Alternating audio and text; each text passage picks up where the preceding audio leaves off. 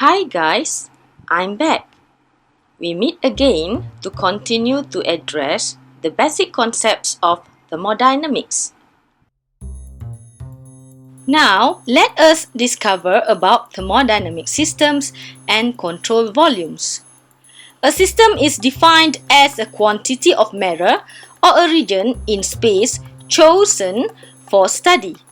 It can be considered to be closed or open, depending on whether a fixed mass or a fixed volume in space is chosen for study. The mass or region outside the system is called the surroundings. The real or imaginary surface that separates the system from its surroundings is called the boundary. A closed system consists of a fixed amount of mass, and no mass can cross its boundary. That is, no mass can enter or leave a closed system. But energy in the form of heat or work can cross the boundary. Consider the piston cylinder device shown here.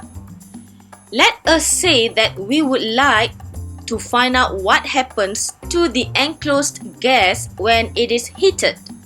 Since we are focusing our attention on the gas, it is our system. The inner surfaces of the piston and the cylinder form the boundary, and since no mass is crossing this boundary, it is a closed system. Notice that energy may cross the boundary and part of the boundary, that is, the inner surface of the piston, in this case, may move. Everything outside the gas, including the piston and the cylinder, is the surroundings. An open system or a control volume, as it is often called, is a properly selected region in space. It usually encloses a device that involves mass flow such as a compressor, turbine, or nozzle. Flow through these devices is best studied by selecting the region within the device as the control volume. Both mass and energy can cross the boundary of a control volume.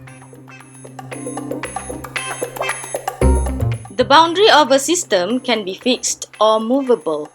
The boundaries of a control volume are called a control surface, and they can be real or imaginary. In the case of a nozzle, the inner surface of the nozzle forms the real part of the boundary, and the entrance and exit areas form the imaginary part, since there are no physical surfaces there. Now, let us find out what properties of a system is. Any characteristic of a system is called a property. Some familiar properties are pressure, temperature, volume, and mass. Properties are considered to be either intensive or extensive. Intensive properties are those that are independent of the mass of a system, such as temperature, pressure, and density. Extensive properties are those whose values depend on the size or extent of the system. An easy way to determine whether a property is intensive or extensive is to divide the system into two equal parts with an imaginary partition as shown. Each part will have the same value of intensive properties as the original system, but half the value of the extensive properties. Generally, uppercase letters are used to denote extensive properties, with mass being a major exception, and lowercase letters are used for intensive properties, with pressure and temperature being the obvious exceptions. Extensive properties per unit mass are called specific properties.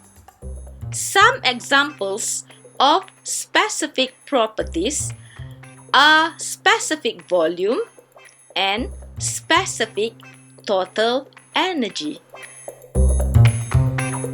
Let us check out what the density and specific gravity are. Density is defined as mass per unit volume. The correlative of density is the specific volume, which is defined as volume per unit mass, as in the given form.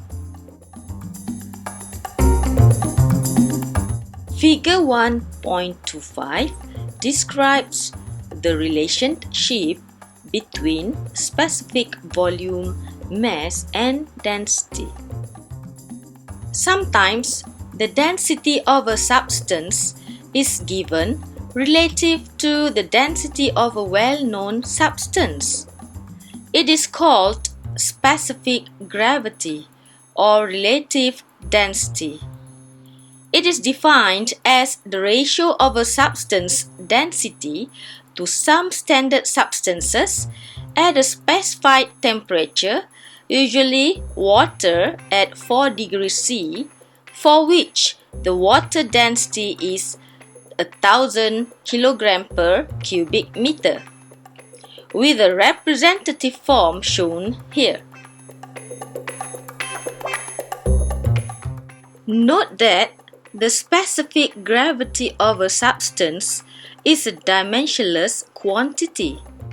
The specific gravities of some substances at 0 degrees C are given in Table 1.3. The substances with specific gravities less than 1 are lighter than water, and thus they would float on water. The weight of a unit volume of a substance is called specific weight and is shown here.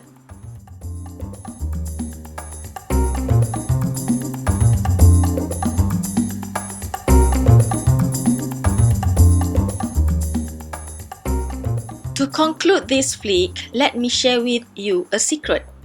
The densities of liquids are nearly constant, and thus they can often be approximated as incompressible substances during most processes without sacrificing much in precision.